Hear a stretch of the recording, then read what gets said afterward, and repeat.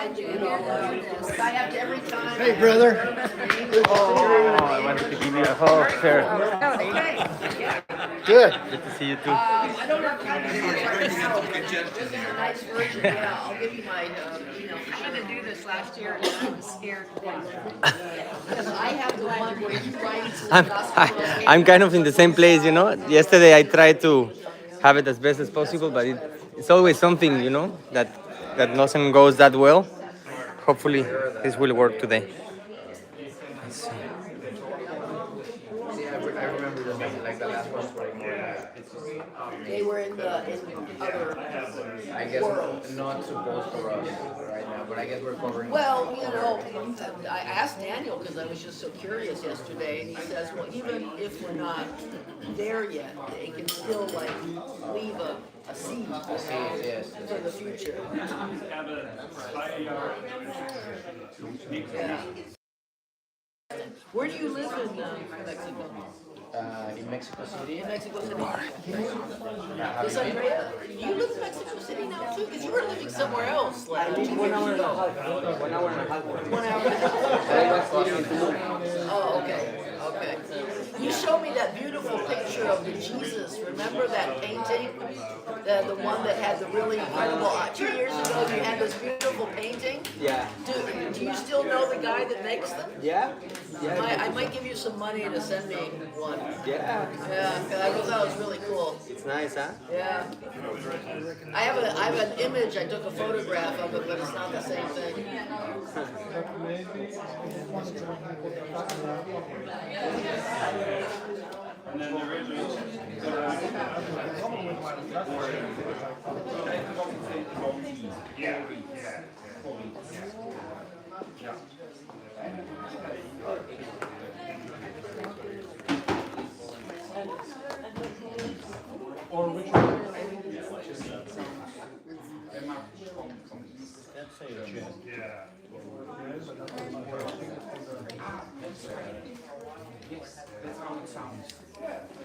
Oh, yeah.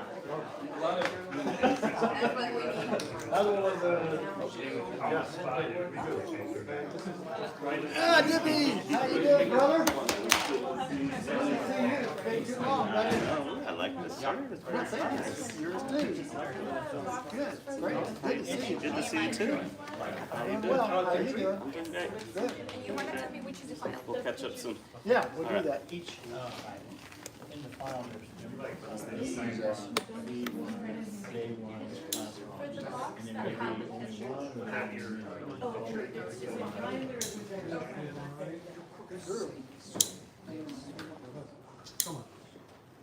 It's not the same number we were to. Come on.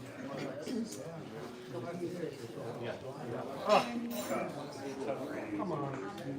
I put I click on enter.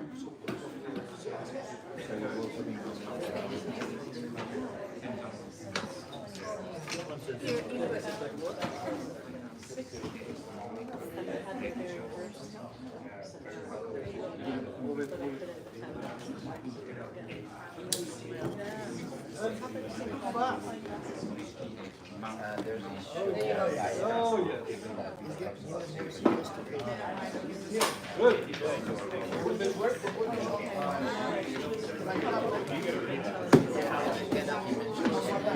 See that screen. I'm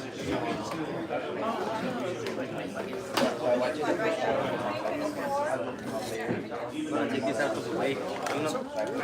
I'm not gonna use it until later, so I don't want to have it in the middle of your guys' side. And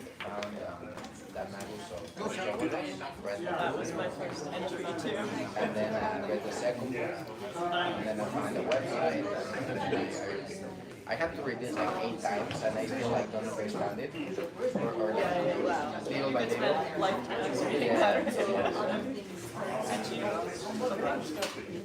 So it's just like only like that.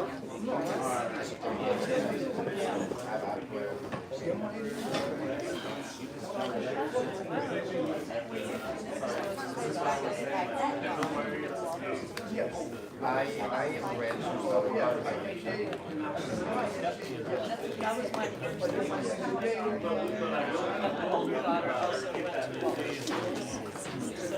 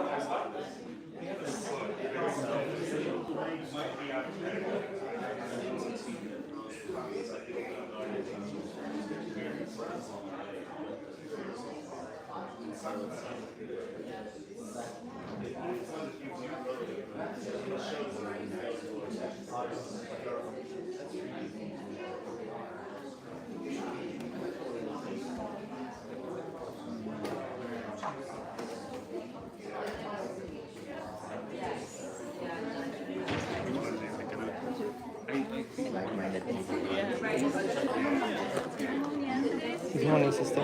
How are you? Good morning. Did you sleep well? Yes, I did.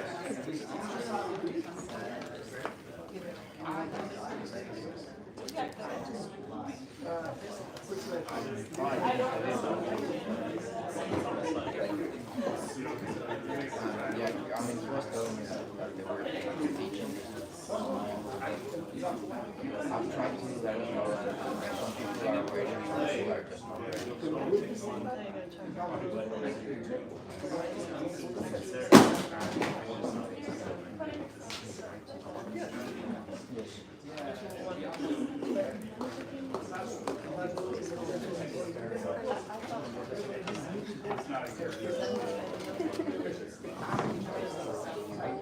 Like they find it interesting.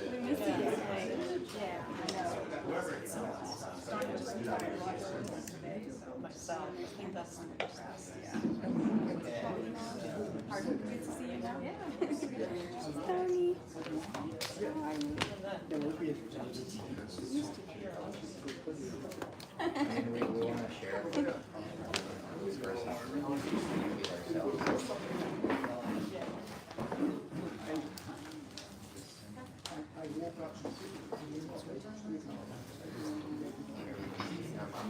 I've been here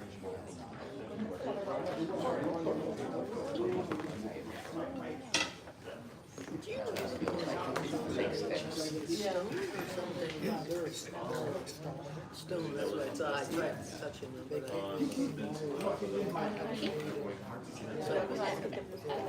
I started Good morning, everyone. Good morning. Did you sleep well? so. It's usual for a seminar. We have a technical issue right now, so during waiting, I have a small announcement. Only if you need the candle, I bless You have a disc? everyone on our Un wall USB? at the back. If you like, only if you like, it costs $20 per one candle. But if you like, because we need to bless it, so we need the time to make it, so we can't make it right away. If you need it, please let us know, Daniel or me. Thank you. Thank you. Yes, so I started with Reiki very young. Sister, At first I didn't can we take two this year? but my So mother last time I couldn't make it, the two. Two. For you, Carolina? Yes. And For us, one, and for my mom, another one. Cynthia? Well, let's take three. Okay. So my mom, Cynthia, and ourselves. I also bless very nice. the person, so I need who it should be. Sounds good. Okay. So Cynthia and It's a Carolina. very Cynthia, Carolina, and Maria and myself. So, Four altogether? so one for Cynthia, one for Carolina, and one for Maria and myself. Okay, so three. Sounds good? Yeah. like the chakras, and he could understand. Like they also have like that system to teach you like how to work with the mind. Then other like different like streams of Reiki, like I tried like called the Holy Fire Reiki, yes, and Buddhist and several streams.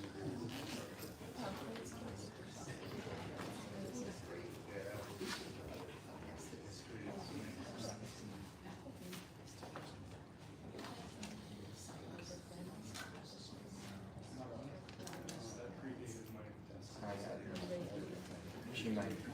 Oh, Barbara. Yeah, I think she knows.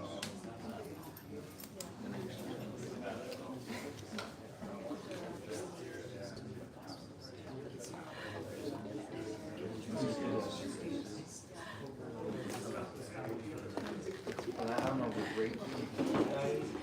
I mean, chronic feeling is a very good system. Reiki, I think, is developed.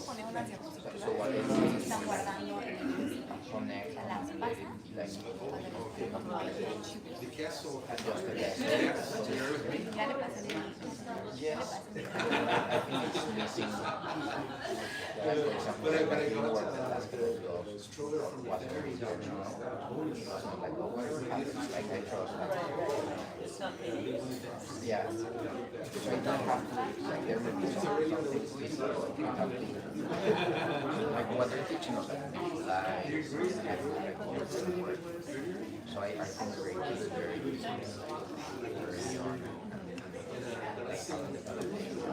very powerful. Theory wise, I don't like there's a lot of people that do Reiki.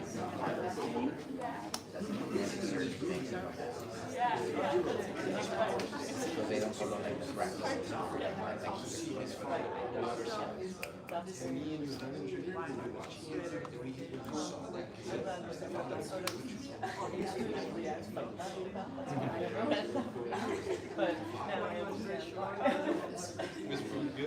mean, there's a lot of that, but there's also a lot of people really don't work on their own. And there's a lot of people like, and sometimes like what can happen with Reiki, there's a lot of symbols, for example. So then like you have many person like doing like this and tossing symbols, and then you can get people like if you just toss symbols, people can get headaches and like you have to be very mindful. Yeah.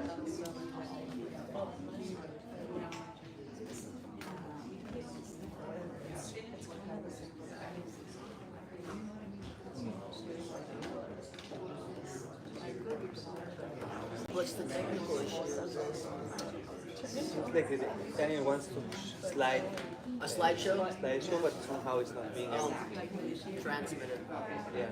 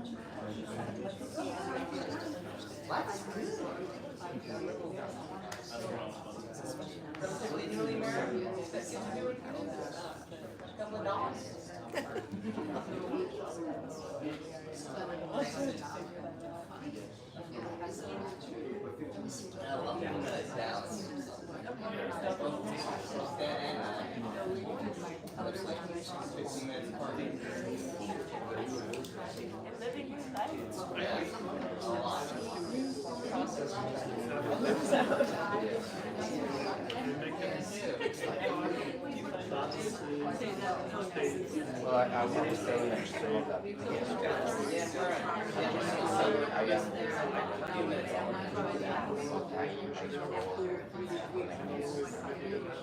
I cannot talk about these things. Yeah. So it is and a lot of people like to use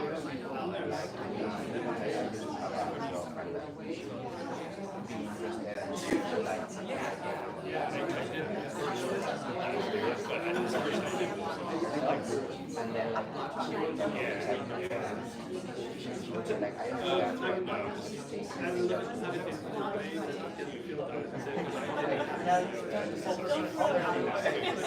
and then like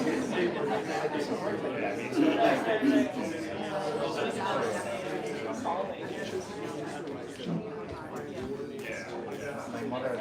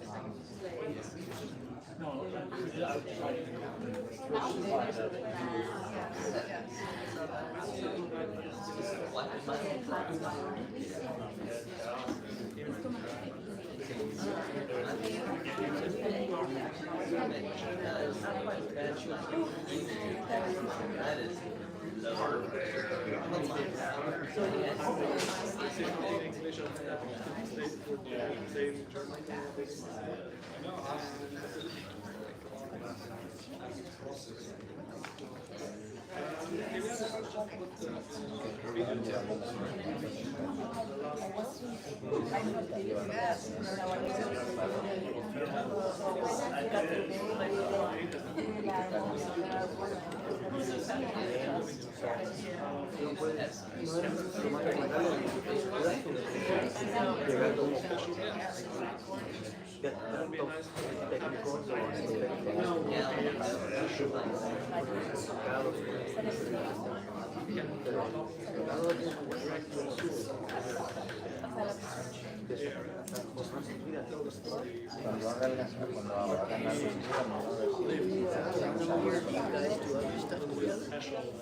We used to do a lot of nature, amateur nature. But we're planning to get back to it.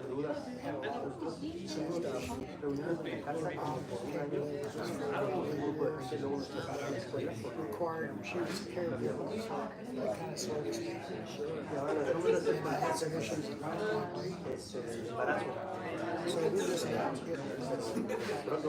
There's periods in life where you just gotta take care of stuff. Yeah, it's about 14 years. sí, no, todo mi cuerpo se descubrió y por aquí por ahí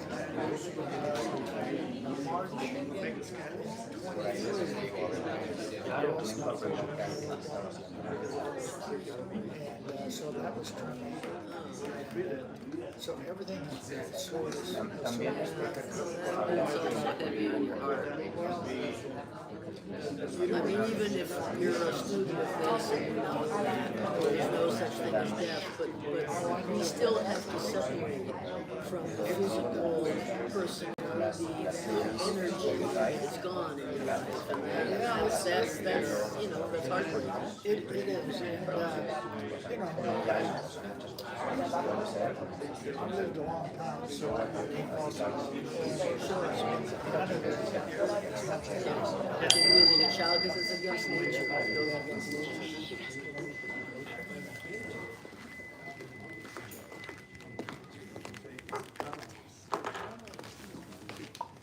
Well, thanks for your patience. We had a little technical issue, but thanks to Maria. Thanks for getting it solved. Let's all stand for prayer.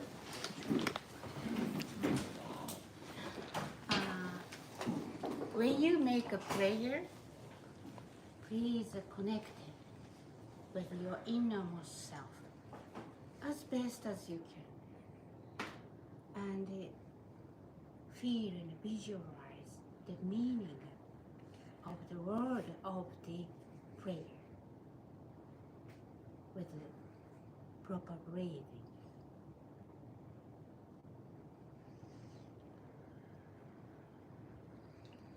Our Father, who art in heaven, Hallowed be thy name. Thy kingdom come. Thy will be done on earth as it is in heaven.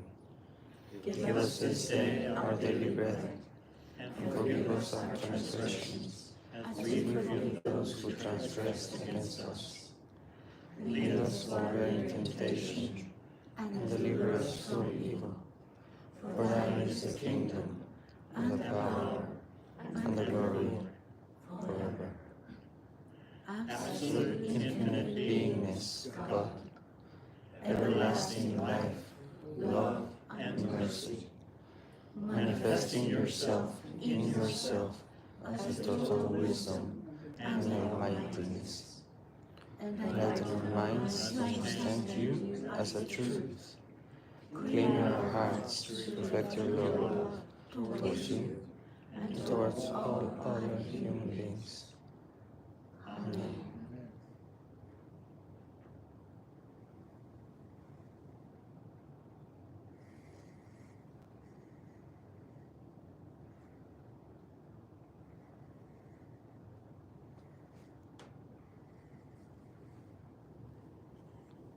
Okay, nice.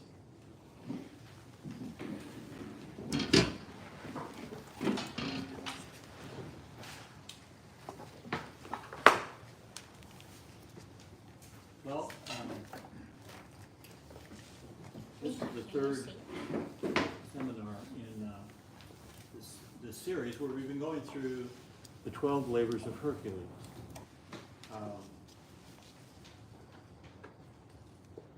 And you know, usually when you hear stories like the Odyssey or the Iliad or the 12 labors of Hercules, you think they're myths, they're Greek myths, but they're not myths that were created for bedtime stories for children.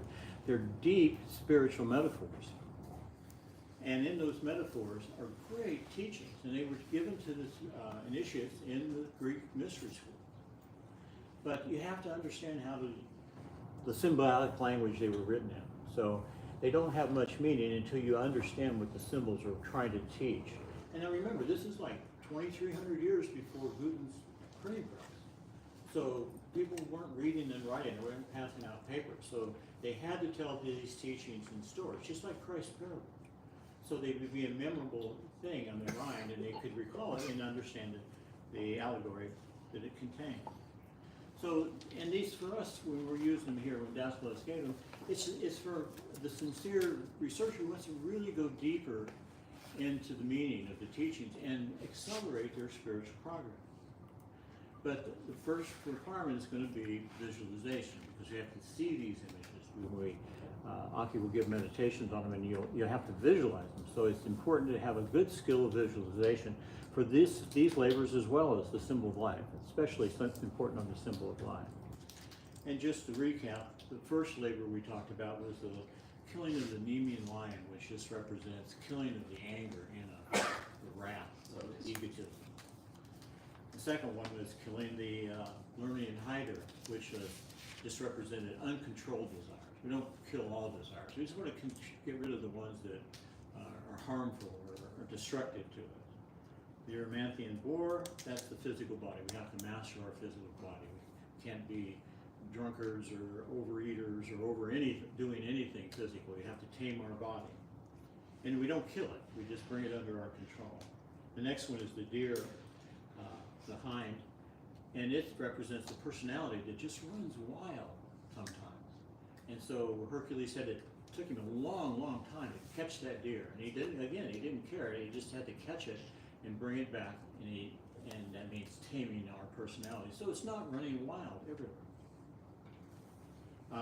Following one was the Stymphalian birds, which just represent those elementals that come and torture us and bother us and annoy us, cause us suffering. The next one was cleaning the stables of Agios, which is like the debris left in our subconsciousness from all the thoughts and emotions we have. So we have to clean our subconsciousness. The seventh one was to capture and bring back alive the Cretan bull. And the Cretan bull just represents kind of an egotism that's really wild, and it's been driven mad. And this world, as we chase our desires in this world, as we try to live in this world, it really nourishes that kind of an egotism. So again, we have to bring that one under our control. Now the next one is the one of today, which is going to be the Hippolyte, and she's an Amazon, queen of the Amazon women, right? and the bell represents the control of the etheric vitality in the solar plexus. The one tomorrow is going to be about capturing the cattle of Geryon, which is, again, is sort of like the mares of Diomedes and the eighth labor. It's just our elementals. We want to bring them in control. And the final one, the next two are not done on Earth. They're done after we leave Earth, and that is the apples of Hesperides, which is Hesperides. Hesperides? Yes. Hesperides. And that represents interplanetary travel through out-of-body experiences. So it's super advanced, right? And then the final one is the Hercules' journey into the underworld to tame the Cerberus, which is the three-headed hound of hell. So we'll go through all those in detail. Like I said, today is Hippolyte. It's a Greek name, but it's also a French name. But I sort of pronounce it like an Italian accent, didn't I? So, Is Hippolyte correct?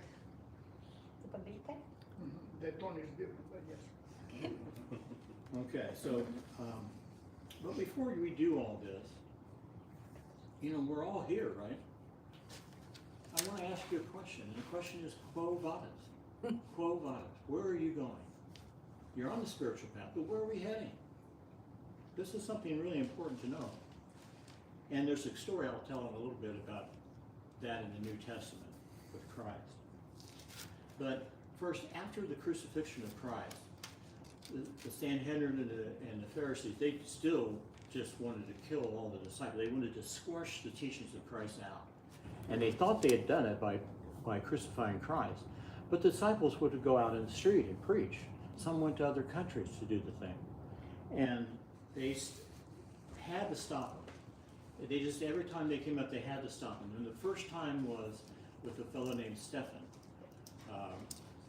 who stood up and said, well, the Messiah's already come, but you crucified him already. And so, here they go, and they stone him to death, right? They said he had the face of an angel.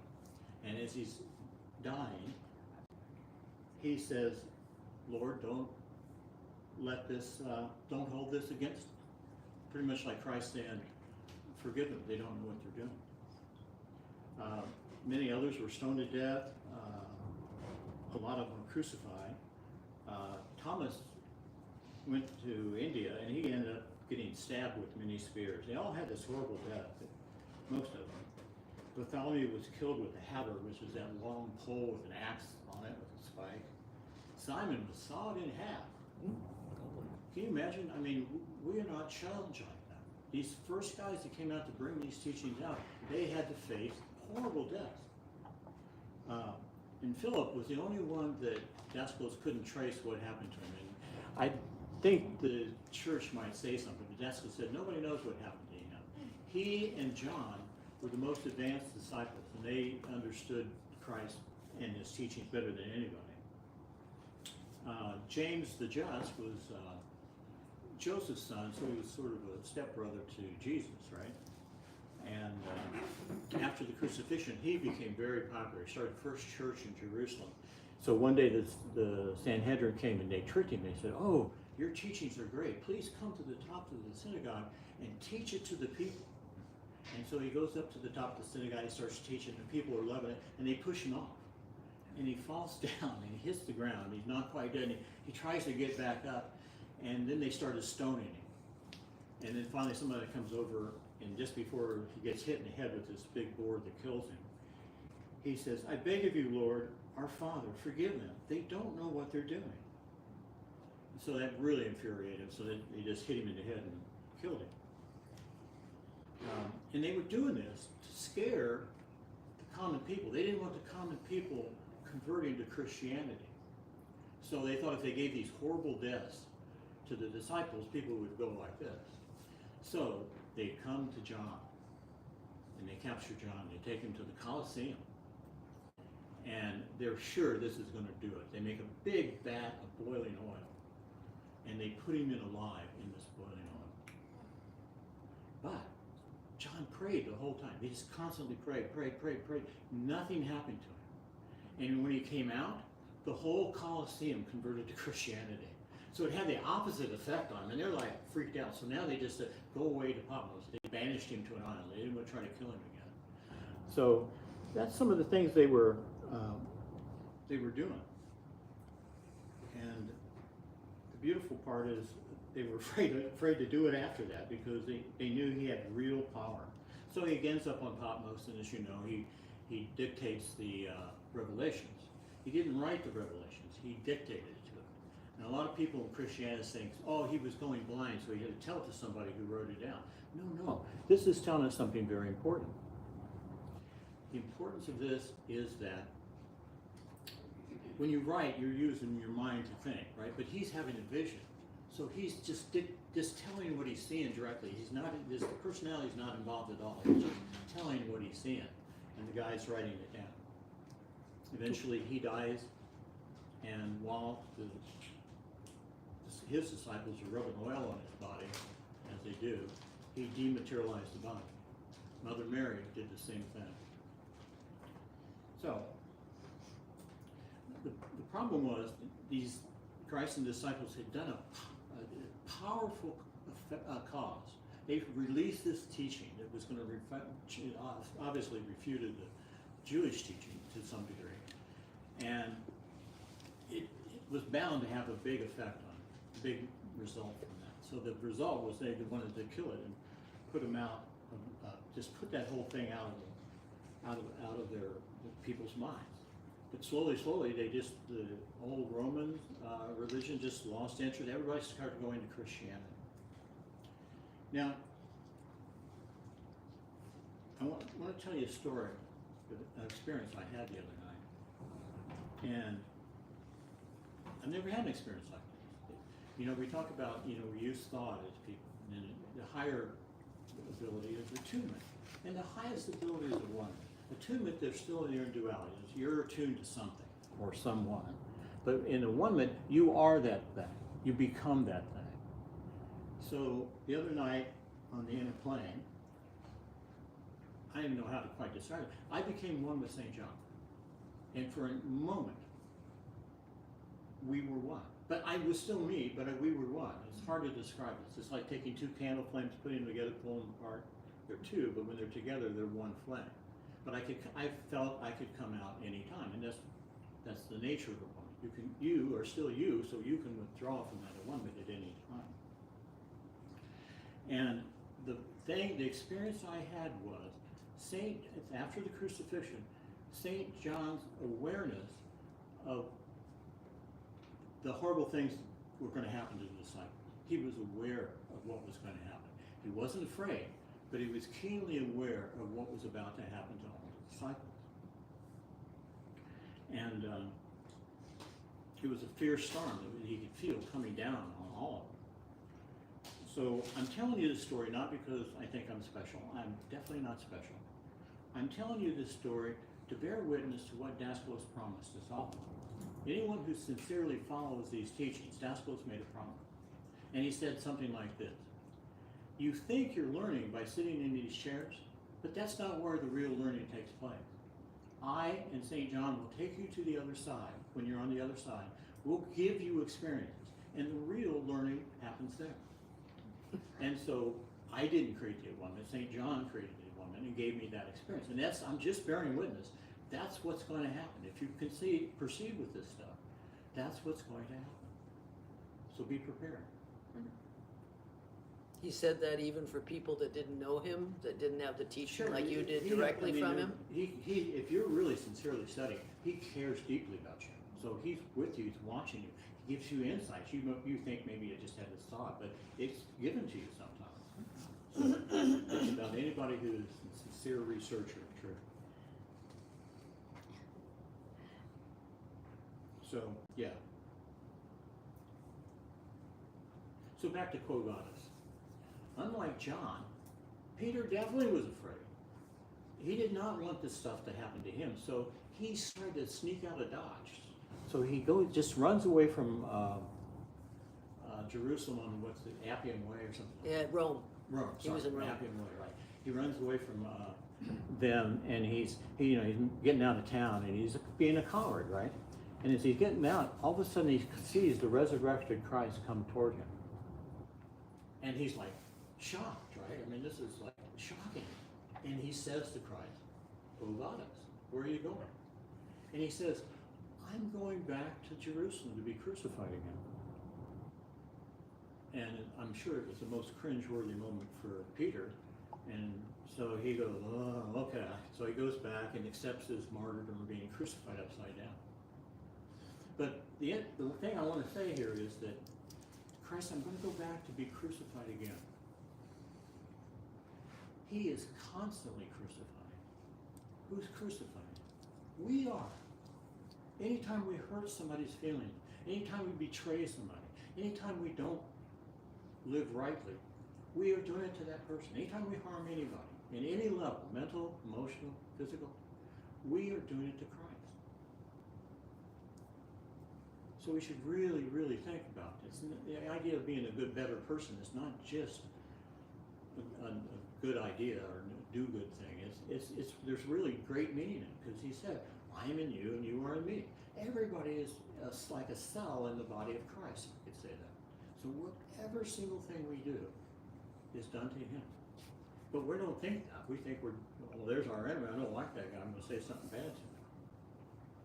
So now I'm going to say it again. Quo vadis? As seekers of truth, where are we going? Well, clearly you're here. You put your foot on the spiritual path. There must be an aim to that, right? Yeah. It's leading someplace. But where? You don't just, even if you take a family vacation, you don't just start out not knowing where you're going or not knowing what you need to take with you or what to expect you're going to encounter. And it's the same thing with spiritual seekers.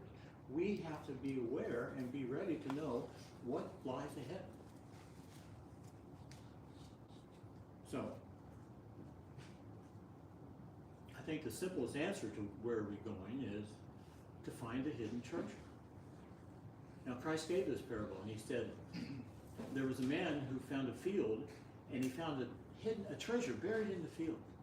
He reburied it and went out and sold everything he had just to buy that field. Or a similar parable is the pearl of great value. And that one was, there was a merchant traveling the world buying good quality pearls. And then he found the pearl of great value. And so he sold everything he had to buy that one pearl. And really, that's what happens on this path. You reach a certain point, right now we're out in the world, we're doing our things, having our lives. That's fine, nothing wrong with that. But at some point you realize there must be more, right? There must be something more. And so we start to look, maybe we go on the Guru Hunt, or we start reading books or stuff. But we're looking for, what we're looking for is really already us. I can't say it's within us, it is us. It's our God nature. So, a sincere seeker has to do this. It has to look for that hidden treasure. And when you do, it's like when you start really find it and really connect with that inner light within you, all this stuff doesn't seem very important. And it really isn't. And Das was his famous saying, he said it since he was a boy. Nothing matters much, and most things don't matter at all. And he's talking about these mundane things we're all chasing, we're all going after. We all get so upset over something, but really, at the end of the day, it means nothing. Think of something that really bothered you 10 years ago. It's absolutely nothing to you today. But we think it's so important at a time we struggle with it. So, there's two kinds of searching. You're searching outside, and everybody has to start with that. They have to read a book, they have to hear from somebody that knows it. So they start at the outer search, and then you realize it's on the inside, so you start searching within, and that's the prime practice Dasklos offers us, is introspective, looking within. And the point of that is we're trying to separate our little petty self, our personality self, and its interest from the real self. And you can't do that until you start to look within and make a distinction. I said that to that person, that wasn't very kind. Okay, that's from the outer self, that's from the egotism. And then one day you'll say, wow, I don't know why, but I just gave this person money who looked hungry. And that's from the inner self, right? So we have to watch everything we're doing to be able to distinguish whether we're given an expression from the inner self or from the outer self.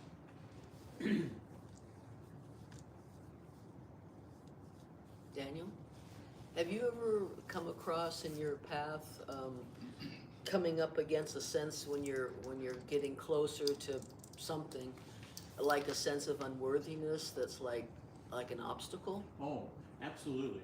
When you start to get close to the real stuff, all kinds of stuff come to knock you up. Something big emotional thing happened, then you turn your attention.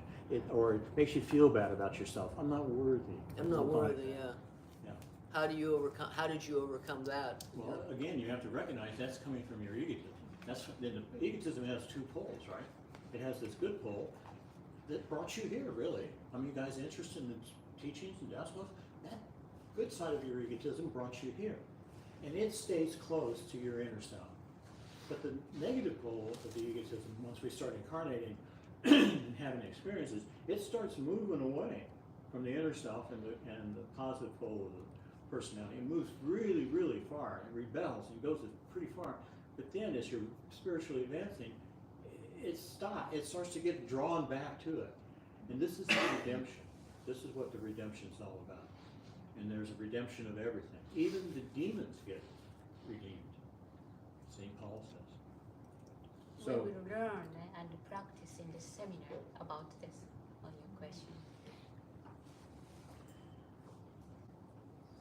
So, the other thing Christ says about the treasure is make your treasure in heaven, where mice and moth can't disrupt, or mice and rust cannot harm, take away from you. So now we're on the path. We know we're going to find this hidden treasure, but we're not so sure about everything about that. But we have to make an aim. What's our aim? We're not just like throwing a rock aimlessly and just following it. We have to set our aim of what we're headed for. And there's really three things that we are aiming to find out. And one is who we are and what we are. And that's, again, the separation of the present-day personality from the inner self. Who we are is the present-day personality. What we are is an inner self. It's a God, an offspring of God. And then we should try to understand something about what life in God is. What is life in God?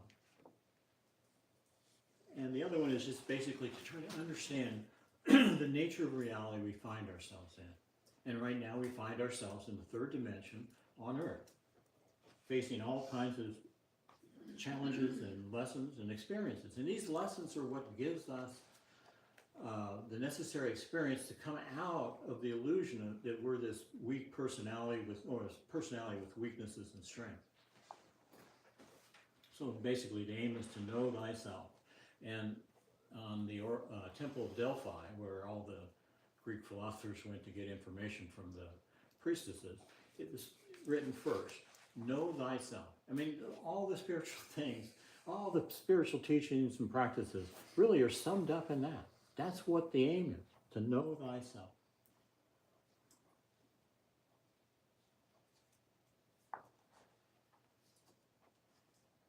And the interesting thing, if you study a lot of different religions and spiritual systems, especially from the past and everything, they all basically have come to that conclusion and say the same thing, but they say it in a different way. So it's a little hard for us to understand unless somebody helps us understand what Buddha was trying to say or what Muhammad was trying to say.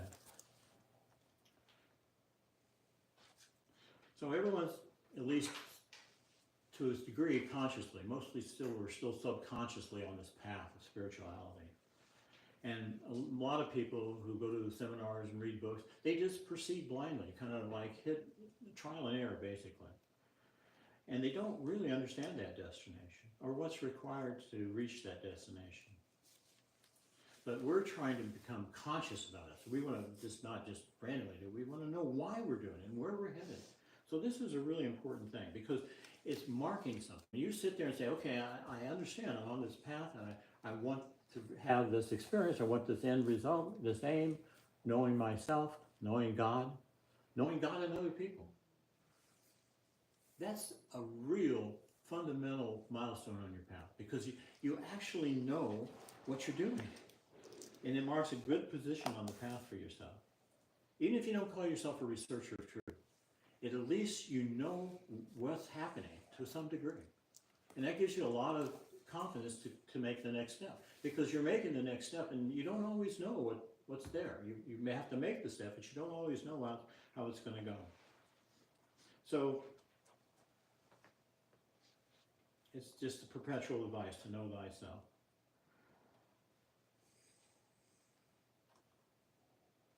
Yeah. And it was the same thing with, when Socrates said that, and then, you gotta kill him, he's saying the truth, right? This happens to Akhenaten, it happens to all people who stand up and put their light up and say something, the truth. The existing mundane worldly thing attacks it. Because the people who are in the let's say, the mundane worldly people, they're threatened by it. Especially if they've got a spiritual system or religion and you come up and you say the truth and they don't have the full amount of truth, they feel so threatened by it and they want to just immediately take you down. So they made Socrates drink poison, and Plato, his main student, right, they decided it was best for him to get out of town because they were going to kill him next. So he took off. He left Athens as Socrates was dying. And they accused Socrates of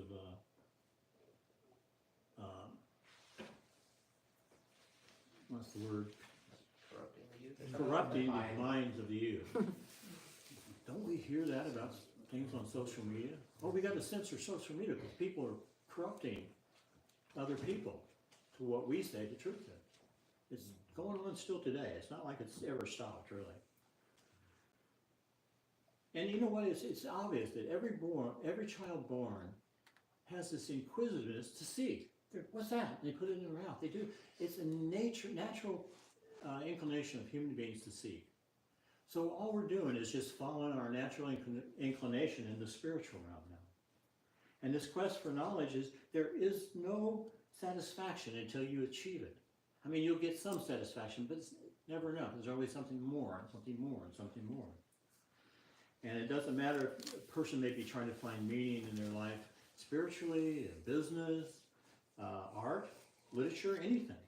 It's all there. There's this inquisitive to know what that really is, what the truth is. In fact, the desire to know the truth is a basic fundamental need of every human being. And honestly, this whole world population will never be satisfied till they reach it. But right now, it's like very few people are reaching it. It's a slow, long, drawn-out process. So, but one day we'll all get there.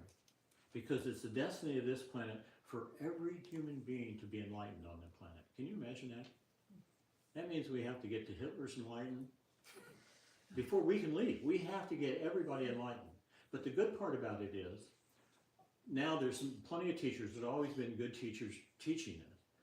But now it's starting to accelerate with the spread of media around the world, books and YouTube and all that stuff. This information is spreading. So there's an acceleration in the people on the spiritual path. And when maybe right now, maybe only 2 people become self-realized every 25 years or something. But then they come back and start helping others. So you can imagine the more we get self-realized, the more come back and the more people get help. So pretty soon it accelerates, and at the last, there's a great wave of awakening. We're in a very significant wave of awakening right now. So,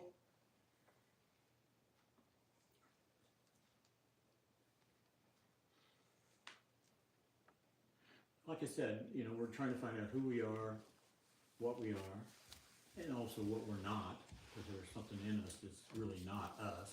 It's the elementals that we've created. They are ours, but they're not us. And trying to find out what God is, nature of reality. But we don't do these like we don't do one and then we do the other. We're working on all 3 all the time. So we study them concurrently. And the more you understand about yourself, the more you are going to understand about God. The more you understand about God, the more you understand about yourself. Because there's not, to us, there's a separation. There's this phenomenal separation between us and God, but that can't ever be possible. Because as Christ was talking about, I'm the vine, you are the branches, you know, and you won't bear fruit unless you stay connected to me. So it's like a tree. Just think about a cherry blossom tree. It has a branch connected to the trunk that goes down to the root. But there's a blossom on the end. That blossom might think, gee, it's just me. But it can't live without it being connected to the source. And it's the same with us. We couldn't even be here if we weren't connected to God continuously.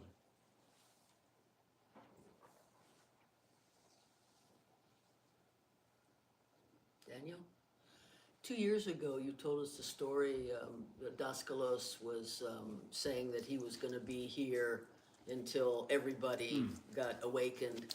And you, in your enthusiasm, said, can I help you? Can I be with you? You know, can I come back at the same time that you come back or whatever? And he said, you know, here. You said here. And he said, what's here? What do I mean by here? What do I mean by And here? that's what I Right. was saying the other day. It's like he would answer you, and it's like, you know, he just took you so deep that you almost had no response to that. But my question to that, because I remember that, because it was an interest, it just stuck in my mind, you know, so we're talking about the ultimate, you know, Quo Vadis, you were talking about Quo Vadis, so what is our final destination? Is that our final destination? I mean, is it the oneness going back to the source? Is it coming back as realized beings and helping humanity? What exactly is this final destination? It's not clear to me. That's a good question. In Christianity, they call it theosis. I think Hinduism calls it God realization. But it's such a long way away. Yeah. First, we have to have self-realization. And there's 3 stages of that self-realization. First is you're realizing you are the inner self. Then you realize you are the soul self. Now, the inner self is the soul self, but it's in the worlds of existence. But there's a part of that soul, it's called a pure soul. It's never been born, never dies, can't be corrupted, no danger to it at all.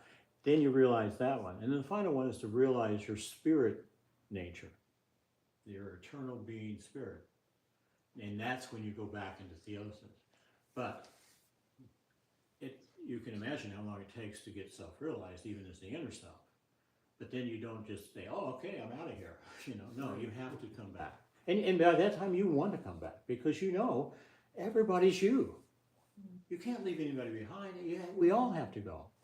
So that takes a long time. And so they come back and they try to get they work to get the whole planet self-realized. And when the planet's self-realized, then can they leave? No. That's just the end of the first wave of incarnation. So we have a whole second wave of incarnation. And then these guys are self-realized, and they are given the assignment to go out into the universe to help others. And that's what the extraterrestrials are. Don't worry about that. That's what he's never seen a bad extraterrestrial. He's in touch with 40 different 40 different races that are coming here. And he said, I've never seen a bad one. They're here to help us. They're not here to hurt us. And these are the ones who come from a self-realized planet. So they work, who knows how many incarnations those guys have. They live, their bodies live for like 400 years. It's not the same. And when they die, it's not like a big deal to them. They just take another body. They can materialize any number of bodies they want, and they do. So when people say they see them, they're not really seeing the ET. They've created an elemental of themselves and materialized. So that's the second wave, and nobody knows how long that goes on. And then finally, we get to leave the worlds of existence, and we go into beingness. And there's worlds there, but nobody really. Only thing we know about those worlds are what people have given information to us. No, Daskalos has not gone. He's still working on his part. But it's just such a long thing, long process. And so the final destination is theosis, one with God. So do we stop there? No. There's another level to it. Yes. Once these beings become theosized, they can do anything they want. They are one with God. But just like my experience, they can pull themselves out anytime they want. And they do. And they come back as what's called dominions, and they have very, very special work to do when they come back as dominions.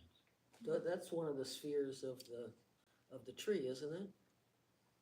Oh, maybe I'm remembering the Kabbalah, the dominions were in the fourth sphere. Yeah, no, in our system, Daslos teaches it this way. We're on Earth, we're having all these incarnations, psychical plane, we keep reincarnating. Thank you. So, we're here, and so as we advance up the ladder of self-awareness and consciousness, we come higher and higher and higher, and finally, this would be soul self-realization. We come here and we end up in theosis. We go back to God here. But they come back out. Now, the archangels and the human beings have come out through this. And the human beings come down here, and certain classes of archangels that manifest, they come over here to be the archangels of the elements, the builders, the creators. But once you become one with God, and you come back into life, you just come back down the central path.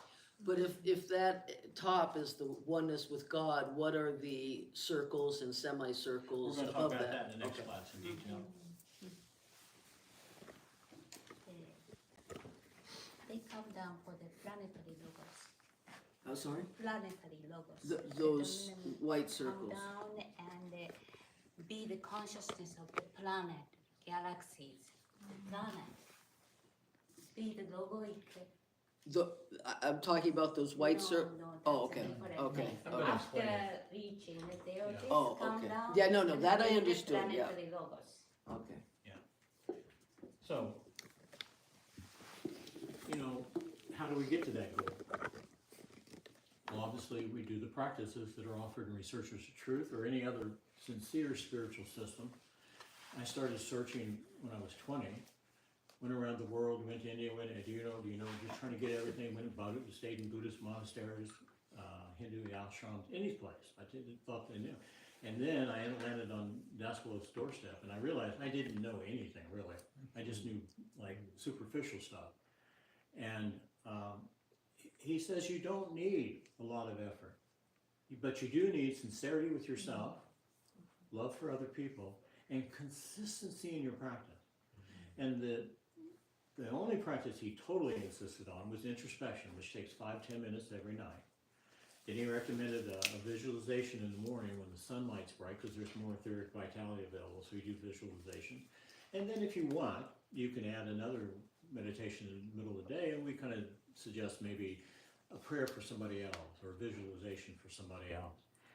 So you just don't need a lot of effort. You don't need to sit there for hours and hours in meditation. It's not that those things don't produce some results, but a lot of time it's a waste of time because we're not disciplined enough to control our thoughts. So we end up sitting there and basically thinking with our eyes closed, and that's not meditation. So it's better to have short, real clear, powerful meditations than long, drawn-out ones. So our aim is not different than any of these other systems. We're all trying to find the same thing. They describe it in their own language, in their own time and place, in different ways. But what we try to do is what you should do is not to see the differences, but to see the unity. A bunch of religions, spiritual systems, but especially those people. I mean, it's so easy to say, oh, you're different to me. I don't think that way, But it's better to say, well, how are we alike? Find that unity. Because that's really showing God that what we want is unity. And the best unity of all is oneness with God. So we do this, and also by doing this, it's like we're in a boat, right? And we're on the ocean, and there's wind, the winds of karma. And the wind comes and blows your boat this way, or blows the boat this way. But if you have a rudder and a power source, you can chart your own course. And that's what the meditations and practices do. They chart the course.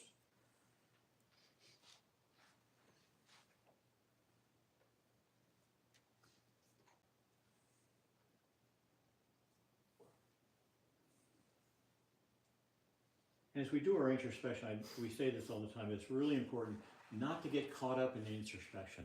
We're supposed to look at it like a thinker. We're not supposed to be affected by what we see. Even if we did something really, really bad, we're not to let that affect us. We're to see it in a detached way and judge it, not judge us, but judge the action, whether it could have been better or not. And then the other great part about introspection, when you find something like that, oh, I could have said that instead of this, it would have been much better. Then you decide, next time I'm going to do that. So you've created an elemental so to help you next time, you won't fall into the temptation of saying something harmful to somebody. So I think that pretty much, I think I put too much here. Yeah. So by telling you all that about how long it takes and everything, pace yourself, please. It's going to take a long time. Can you show the video, the video? And at the end of the day, this is what it's like after you are on the path for a while.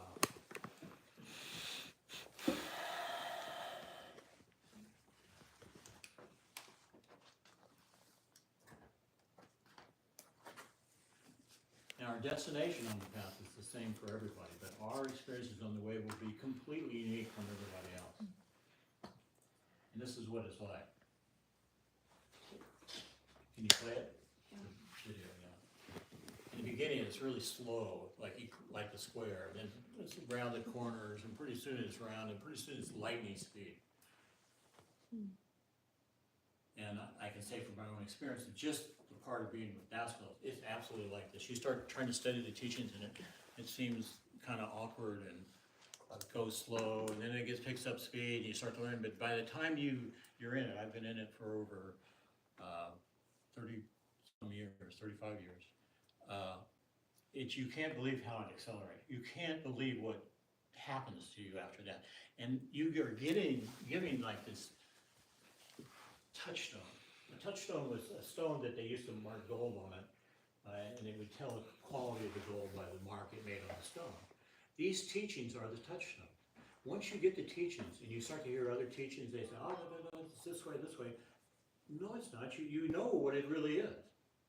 And you know the only way we can know anything is first we have to trust a trustworthy authority. And he tells us, okay, we have to trust that. And you trust Daskal with that. But then after a while, you do the practice, you have the same experience. You validate what he said. So that becomes the real touchstone. You would become the real touchstone. And someone comes and tells you, oh, when you die, that's the end of it. There's nothing after that. No, it's not that. I've had experiences on the other side. And there's plenty of teachings about it from wise enlightened masters of the past. So just bear that in mind, that all this is going to accelerate. You can't believe 30, I can't imagine what it's going to be like hundreds of years. And it takes hundreds of years to reach that level. So, again, don't be in a hurry.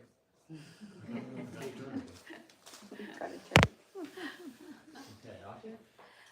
Okay. So everyone, before meditation, just relax your body and stretch out. If you breathe in the direction, quickly go.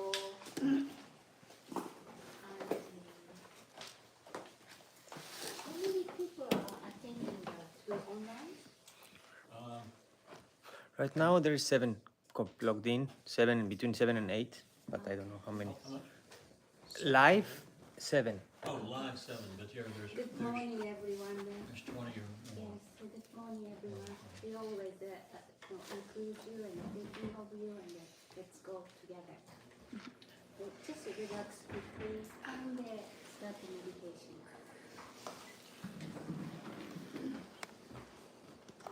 Should I get this closer for your voice to be heard? I think Maybe. that's a good idea. Yes. Should we just maybe aim somewhere else, like here? Because Yes. anyway, they're gonna have their eyes closed, but so that they can hear what Okay. you're saying. Maybe that's good. Sure. Yes. Thank you.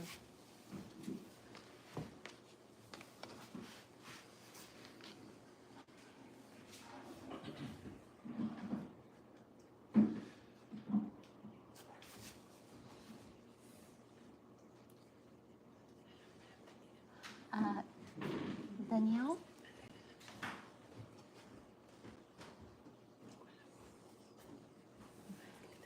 Somebody, could you please turn off the, somebody's in the restroom. Good. Okay. Okay.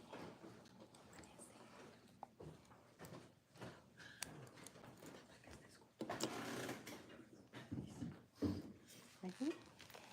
Okay. Audrey, your name? Adrian. Good to see you again. You asked about the difference between the fantasy, just imagination, and the true visualization. Yes. Not fantasy, between imagination and visualization. That's right. In the teaching, sometimes it's called like imagination and fantasy, like same kind of. Yes. But the true visual difference between the true visualization and what we call fantasy or imagination is it's relating to our self-awareness. For example, we are breathing right now, but who is breathing now? Your present-day personality, Adrian? Are you breathing? Or are you breathing as you are developed, more conscious Adrian, as your present-day personality? Or as your permanent personality? Or soul self-personality? Soul self-awareness? Or spirit self-awareness? So, depends on how we use our consciousness, depends on which self-awareness we are creating the vision or image, whatever. It changes the quality of what we create. Daniel talked about the everything. Daniel mentioned yesterday. Everything is mind, except the life itself. So we have many ranges of vibrations. So when we create the thought form, elementals, who or ultimately what is creating that elemental? So once we develop more and more, then our creation, noetical image is our, how can I say, more like a visualization, true visualization, not the fantasy. For example, in your daily life, okay, we will create a noetical image of the four-sided pyramid from now, and the three-sided pyramid from now. But in our daily life, we think of a four-sided pyramid. Okay, suddenly we feel about we want to take a cup of coffee. Phone ring, have to pick up. Busy, but thinking of a four-sided pyramid. That's not the visualization. I just got an image, so it's like Andreas has upgraded his photography equipment. So his quality of his images are going to be better because he has better. So we upgrade our consciousness, the visualization also improves. Yes, as I said at the beginning, that when we make a prayer, just feel your innermost self and recite the word and create elemental over the prayer. Likewise, then it's going to be a true visualization. Breathing properly. Breathing in. Breathing means taking in the mind etheric vitality. So if we breathe in higher and higher level of self-awareness, we can create more refined image. We can construct. This is what we call true visualization. So in this sense, what we create in our daily life is mostly like a fantasy and imagination level of creation. Thank you. So we will work on visualization, not the fantasy. And as Daniel said yesterday, once we continue to create that image one day moves and give us the information, knowledge, more than that.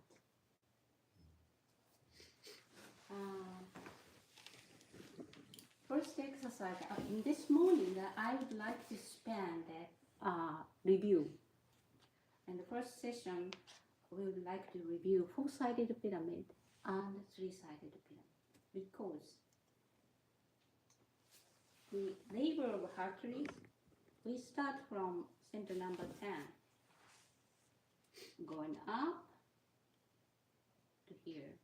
And we are now on the last four labors. So whenever we start the labors of Hercules, we have to start from the center number 10, which is holy of our workshop, which means a four-sided pyramid. And in that four-sided pyramid, first we breathe etheric vitality. We do etheric breathing. I'm just quickly reviewing what we learned. We need etheric breathing. And we cleanse our etheric double with 3 sounds meditation. And next, we create a four-sided pyramid. Or first creating a four-sided pyramid, and after the 3 sounds and archangelic form.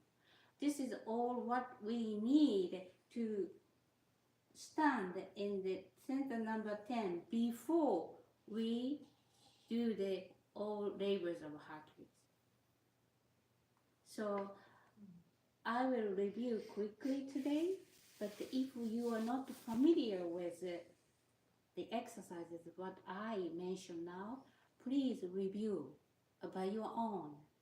And we have archives of 2022, 2023, or we have many good books and CDs in the store series. So please study by your own and start the labors of Hercules. So in this session, I think of you already know it. So I just provide meditation, which we are familiar with. But even if you are not familiar with, please don't worry. You can go back and study it. The size of the pyramid, the four-sided pyramid, I will mention again. One side is 28 feet. This pyramid is like 28 feet. And the height is about 20 feet. In meter, this pyramid is like 8.5 meter, and the height is 6 meter. But easy way is visualize four-sided pyramid. Like the height is 3 times of your height. And create a four-sided pyramid. Just that's proper size. This pyramid is too big for me. A little bit, maybe his size. So create your own right-side pyramid.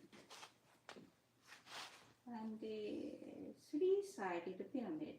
The size of the three-sided pyramid is one side is 3 meters, 9 feet.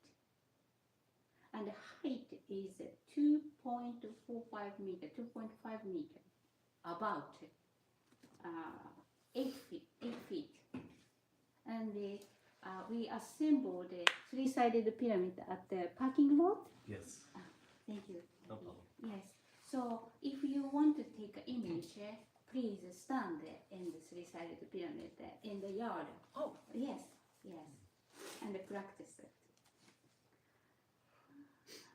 Okay.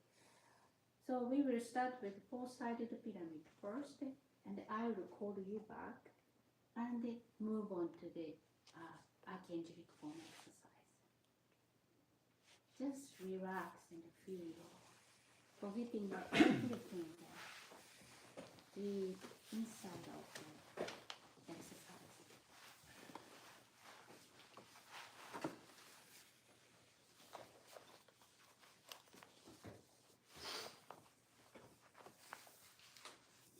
close your eyes.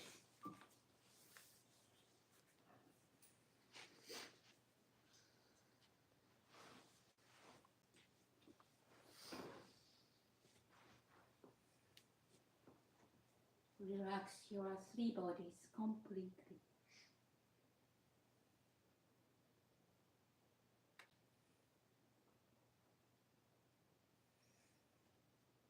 And start the etheric breathing.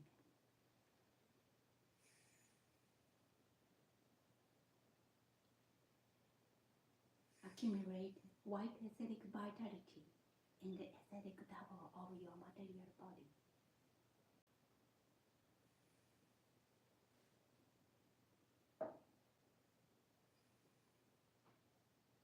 With the etheric ether, feel the etheric energy field of your body.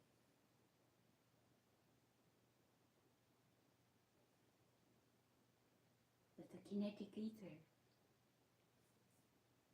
create a flow of ether.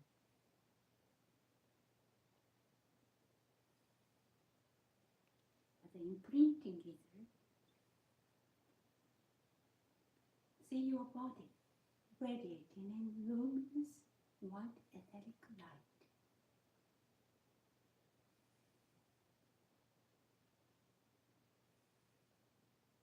Feel it more and more. Amplify the feeling of your etheric double and feel being there.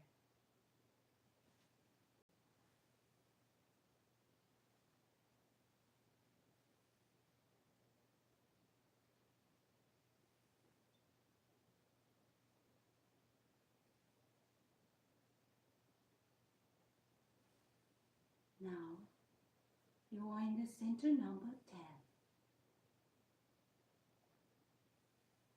Visualize that you are standing in the middle of the square base of the four-sided pyramid, surrounded by the four walls of the equal-sided triangle.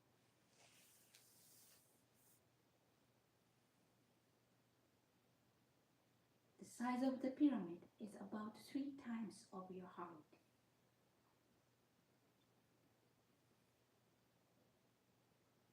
The floor of the pyramid is made of a misty white light.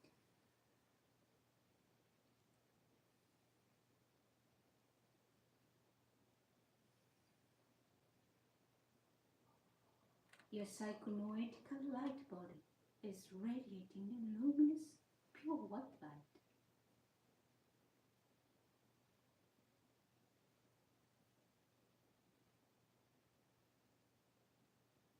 You are facing to the triangle in front of you.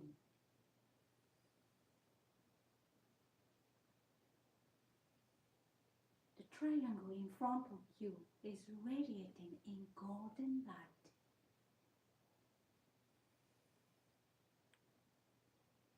The Logos is in front of you.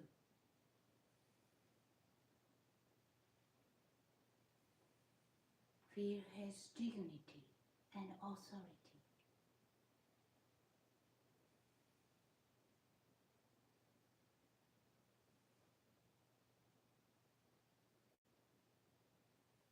The triangle on your right is radiating in red light.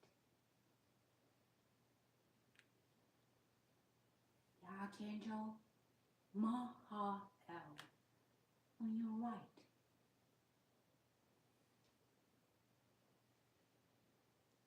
Feel his warmth.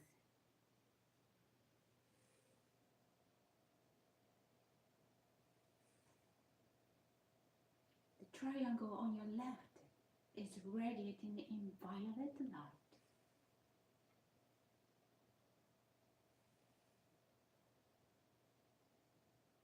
Feel Archangel Raphael on your left.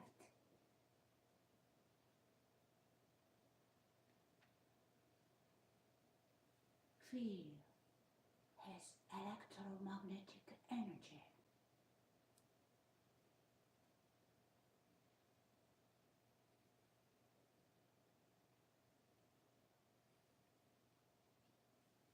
triangle behind you is radiating in sky blue light.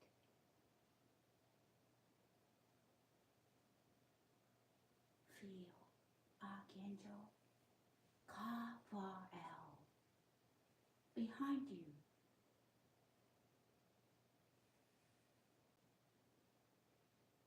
Feel his serenity.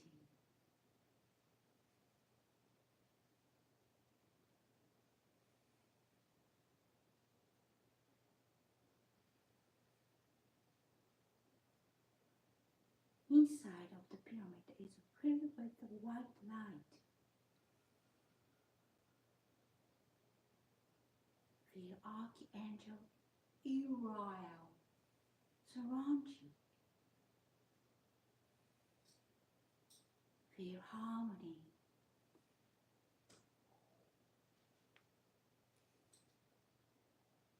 You are standing right in the middle of the pyramid. Breathe deeply. Take your time. Observe everything around you. And feel absolute harmony of the position where you are standing.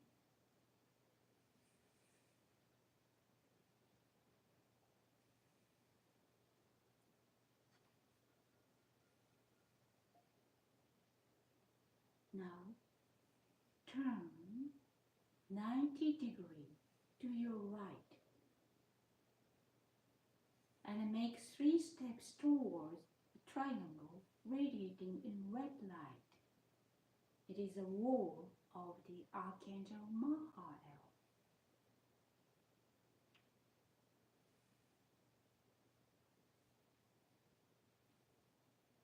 Proceed with your right foot, left foot, and again your right foot. The red flame is getting closer. And with the third step, your head and chest will be outside of the pyramid.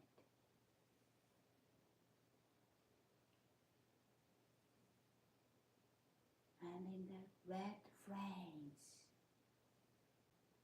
the flame of Archangel Michael.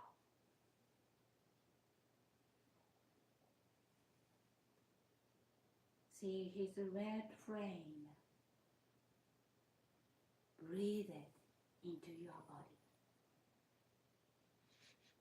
And feel his vibration.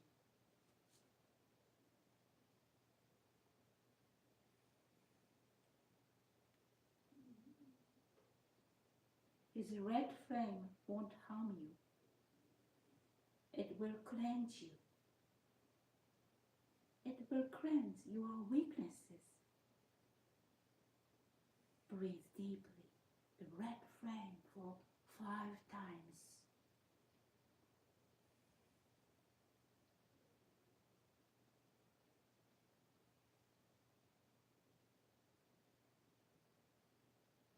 Your body is radiating in pure red light now. He knows you well. He is pleased that you are trying to communicate with him. He will kiss you through your heart. So open your heart and receive his love.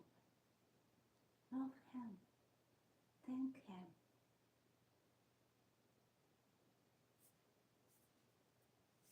You might see his face.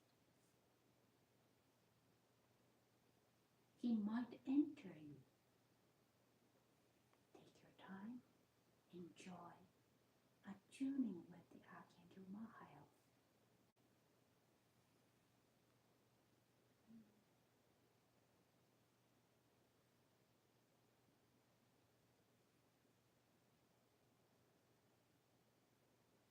Keep watching the red light.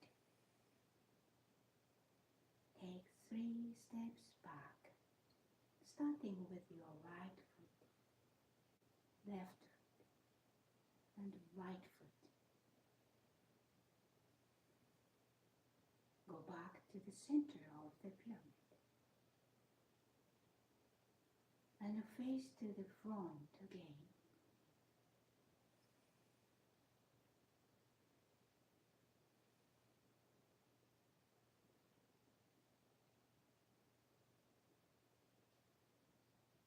Now, turn 90 degrees to your left and make 3 steps toward the triangle radiating in violet light.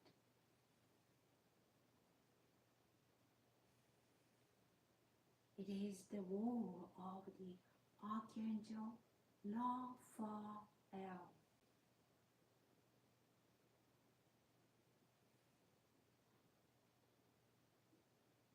This time, proceed with your left foot, right foot, and again your left foot. The violet flame is getting closer. And with the third step, your head and chest will be outside of the pyramid in the violet flames.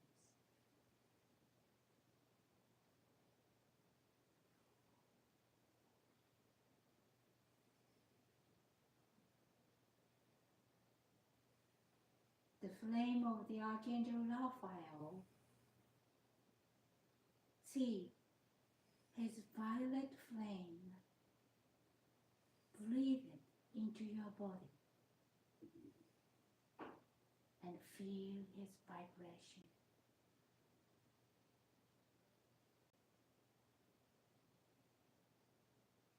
His violet flame won't harm you. It will cleanse you.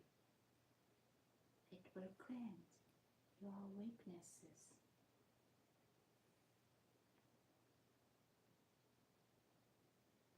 Breathe deeply the violet flame for 5 times.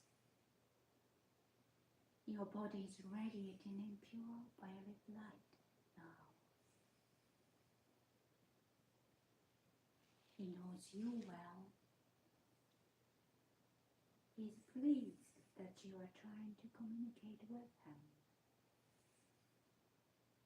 He will kiss you through your heart.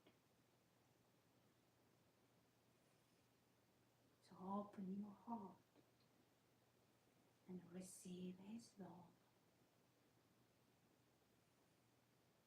and love him and thank him.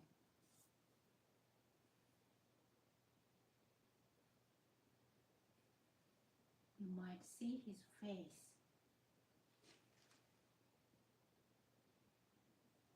He might enter you.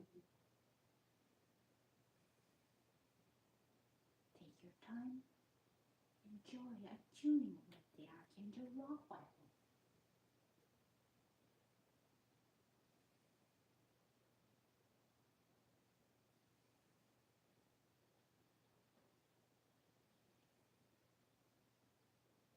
Keep watching the violet light.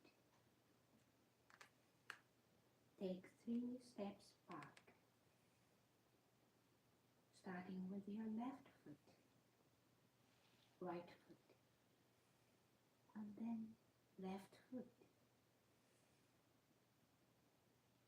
And go back to the center of the pyramid. And face to the front again.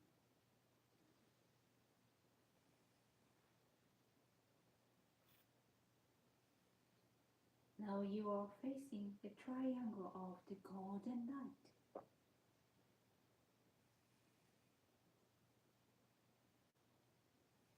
The way, the light, and the truth of the Logos.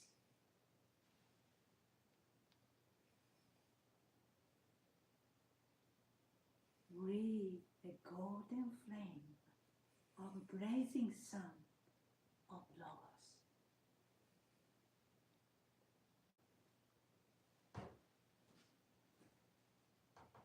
Open your heart. Feel the Christ Logos in you. Bow to Him with reverence and ask Him to guide you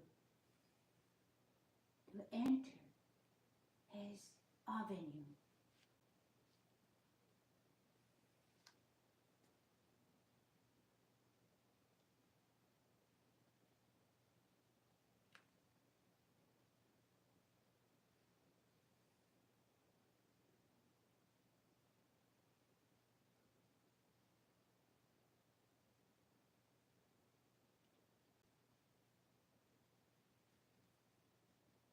Create a symbol of a cross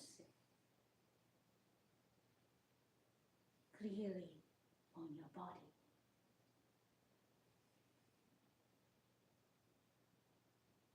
Raise your athletic hand, touching your index finger, middle finger together, and say in your mind, moving your athletic fingers to each position of your right body.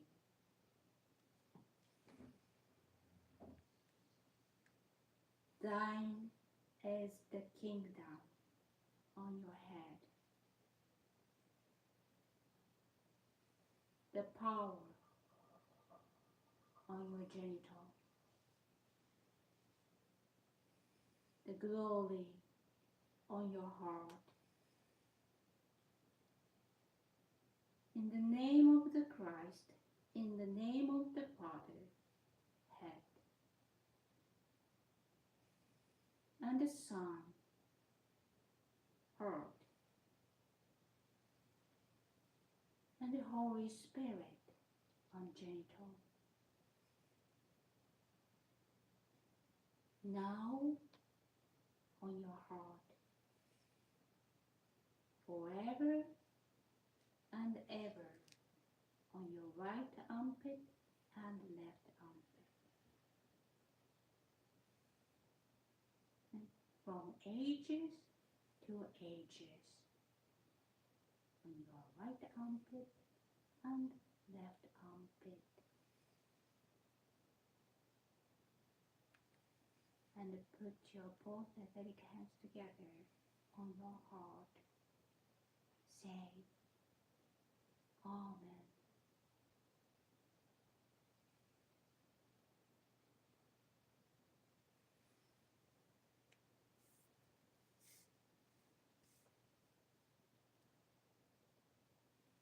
Slowly, slowly feel your material body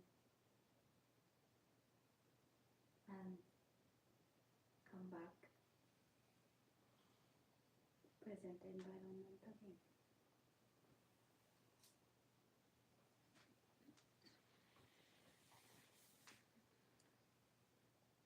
Okay.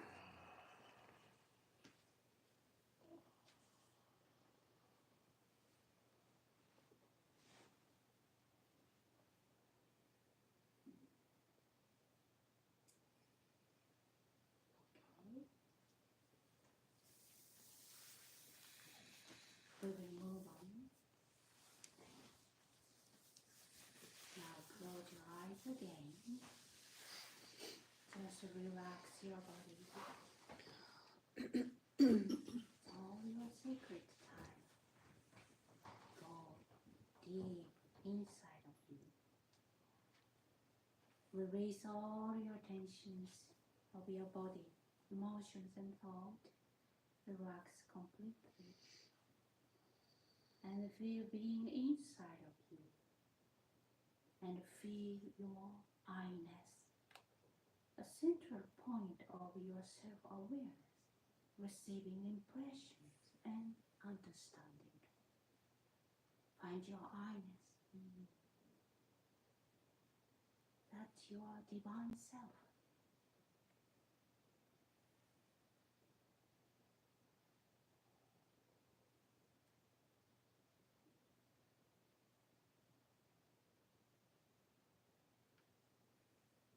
Keep breathing and relax.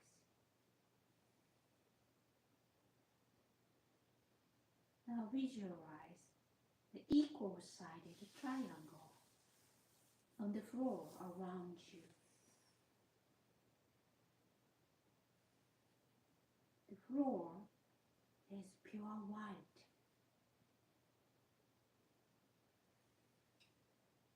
Triangle is made of golden outlines, 10 feet, 3 meters on each side in length.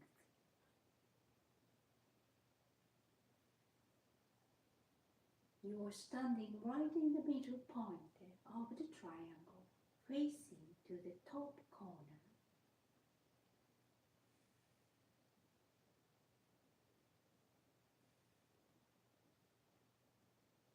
Now look up. Find a point about 2 to 3 feet, 60 to 90 centimeters above your head. From that point, extend the lines to all 3 corners of the triangle on the floor. Make a 3-sided pyramid.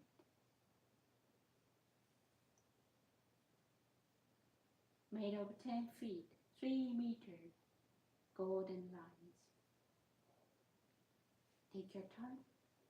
Construct it using the mind light.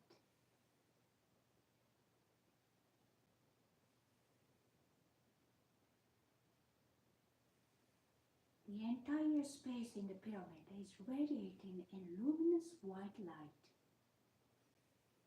It is a refined, high vibrating light.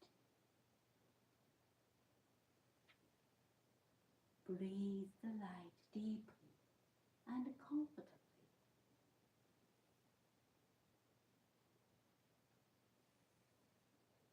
Remaining in this same position. Look at your left side.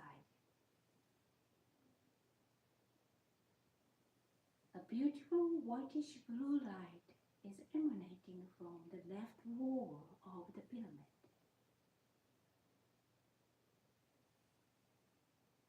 See and feel the whitish blue light coming toward you.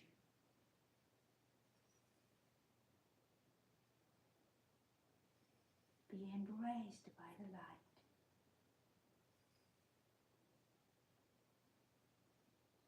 It is power and absolute peace.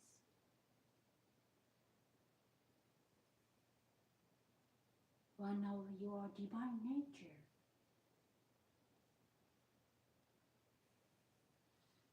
See your solar plexus center radiating brilliantly like a whitish blue sun.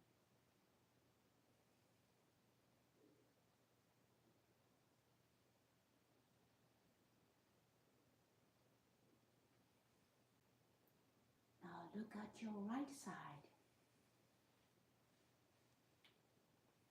A beautiful whitish pink light is emanating from the right wall of the pyramid.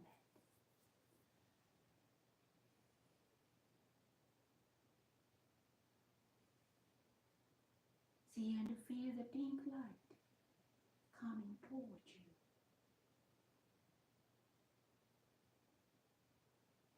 Be embraced by the light. It is love, unconditional love and goodness.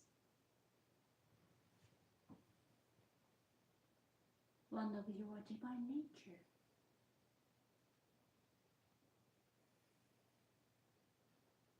See your heart center radiating brilliantly like a whitish pink sun.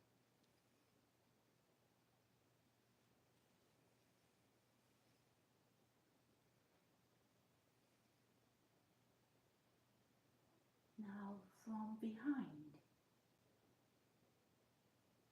a beautiful whitish golden light is emanating from the back wall of the pyramid. You don't need to turn around.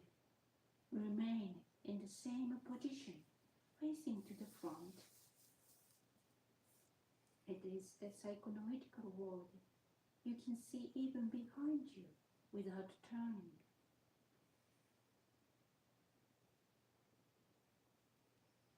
See and feel the whitish golden light coming towards you from behind. Be embraced by the light.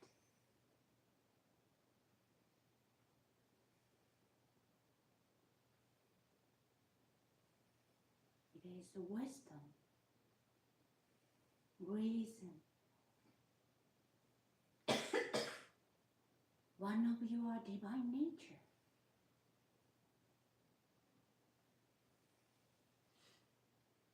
Your head center is radiating brilliantly like whitish golden sun.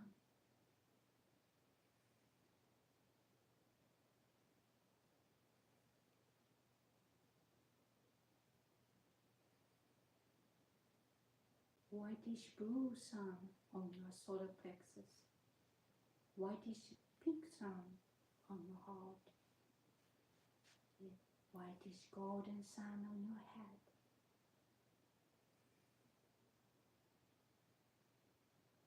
You are light, fire, and spirit.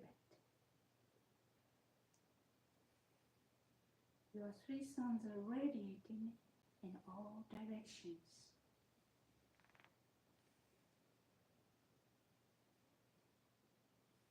Feel absolute harmony in your divine three natures.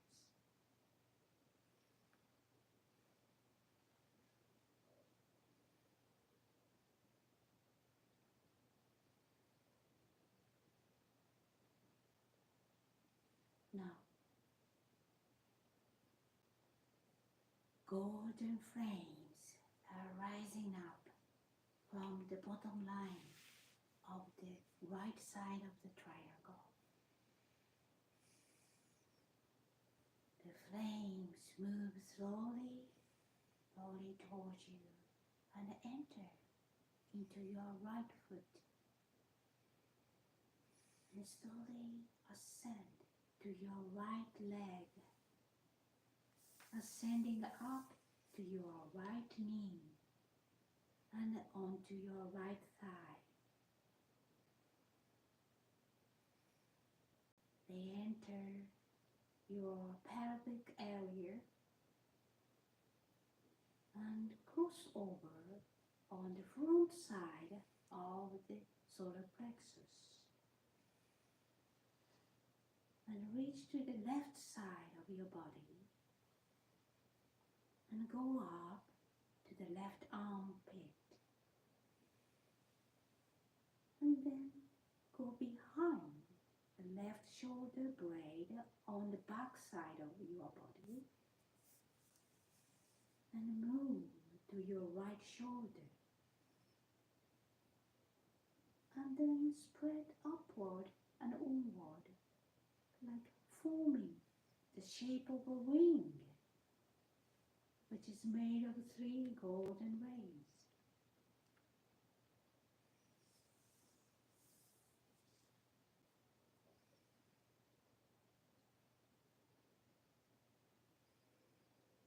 Now, see golden flames rising up from the bottom line of the left side of the triangle.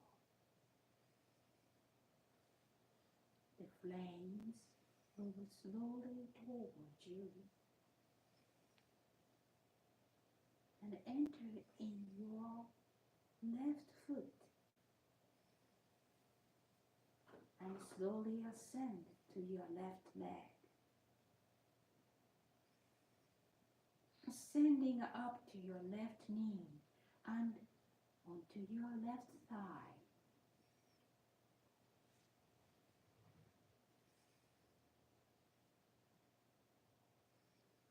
They enter your pelvic area and cross over on the front side of the solar plexus and reach to the right side of your body and go up to the right armpit.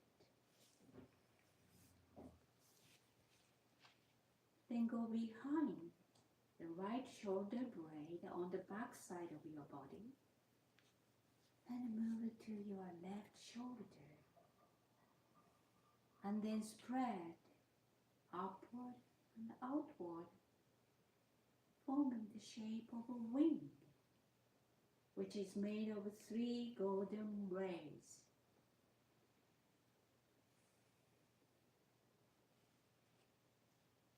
Two streams of golden flames are cleansing the centers and invigorating the path in the etheric double of your bodies.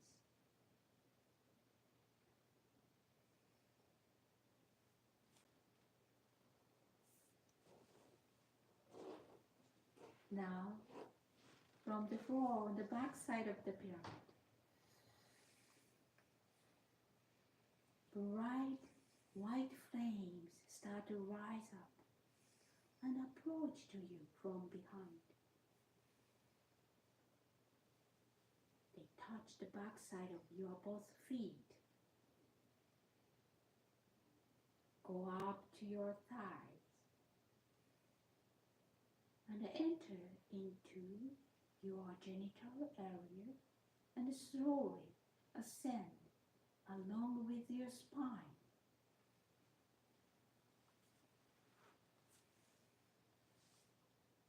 Passing through the solar plexus center, heart center, and they reach the head center. Still keep ascending and open up about 6 inch, 50 centimeter, 15 centimeter above your head. Like a beautiful white lotus flower made of thousands of petals of radiating light.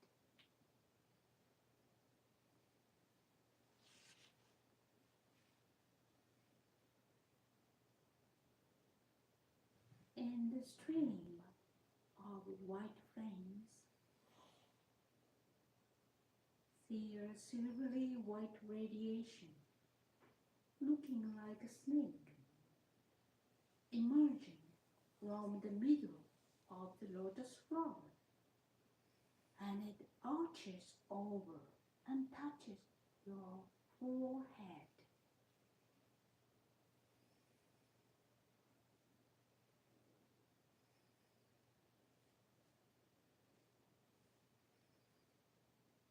Take deep breath.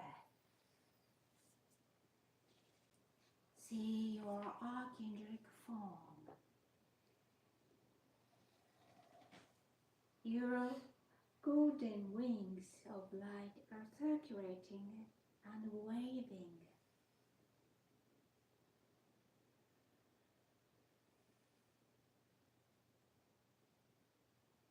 The white light in the middle is steady and straight like a pillar.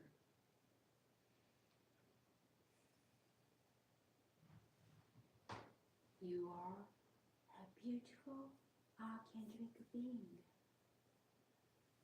a god. Your innermost self.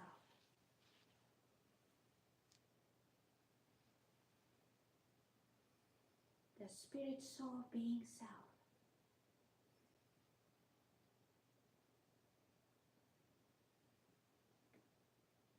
Remember what you really are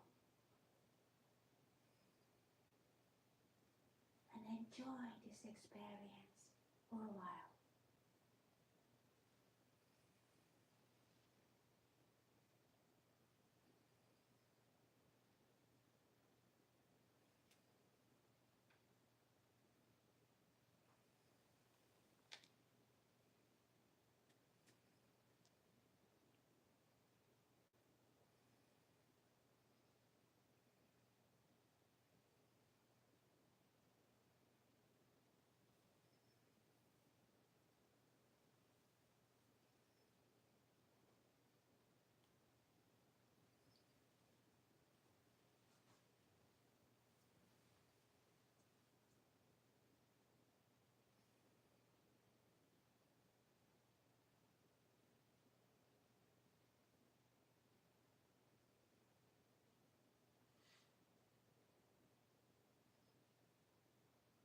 time, slowly start to feel your human form and your present-day personality self, and then your material body sitting on the chair again.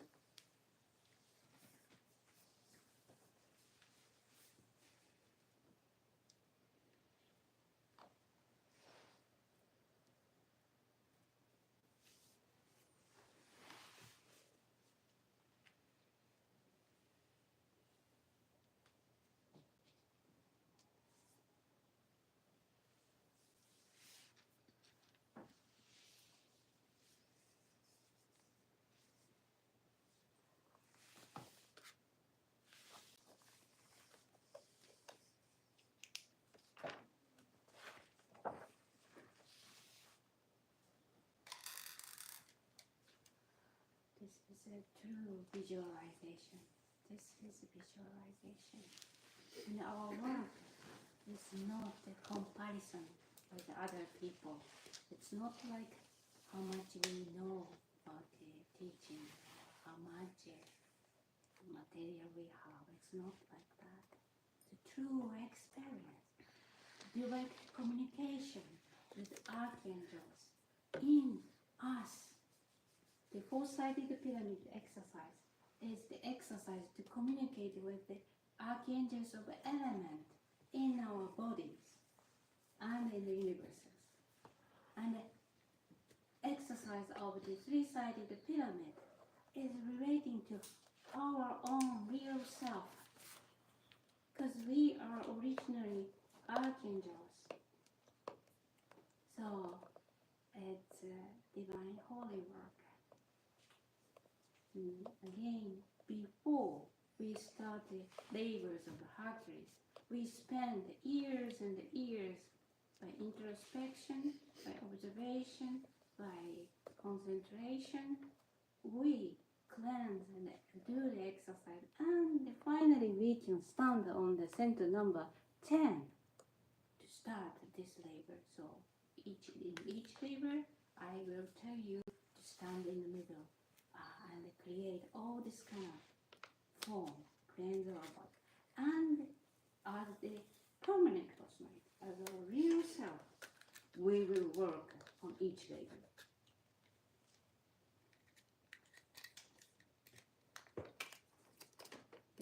I don't know if everybody could hear her when she was describing that meditation with the cross.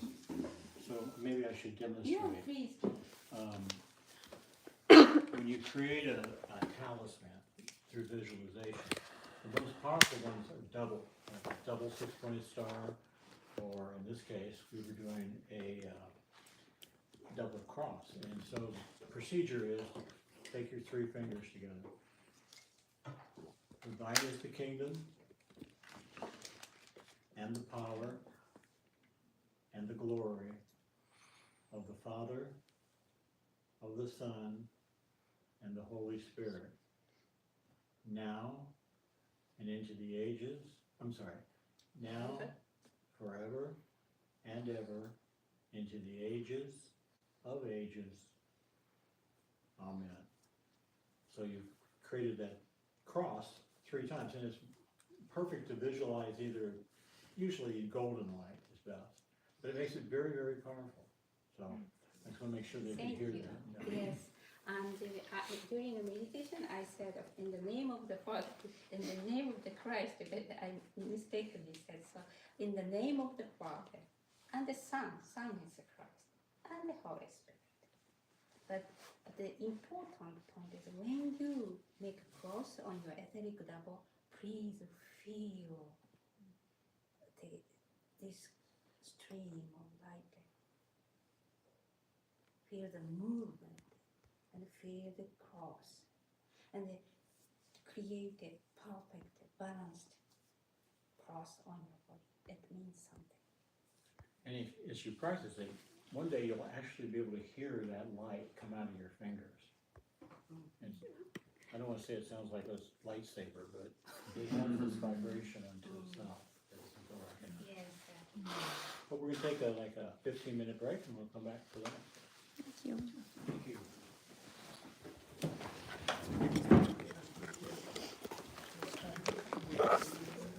Daniel, 1 second. Do you share?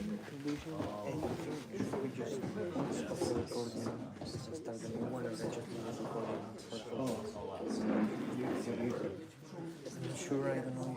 Because it's gonna be like 15 minutes, nobody is seeing it, but then I don't know how much it's gonna take. I think it's better to break it. To break it. I think it'll restart uploading or whatever it's doing. So it's not a huge file. Well, it looks like file. You can see it. We're gonna stop the recording. We're gonna stop the recording and start again a new one in about 15 minutes, so the files are not huge. If anybody's having troubles hearing or anything, you can type in the chat and we will try to solve them and do our best to have you guys here with us. Alright, see you in a bit.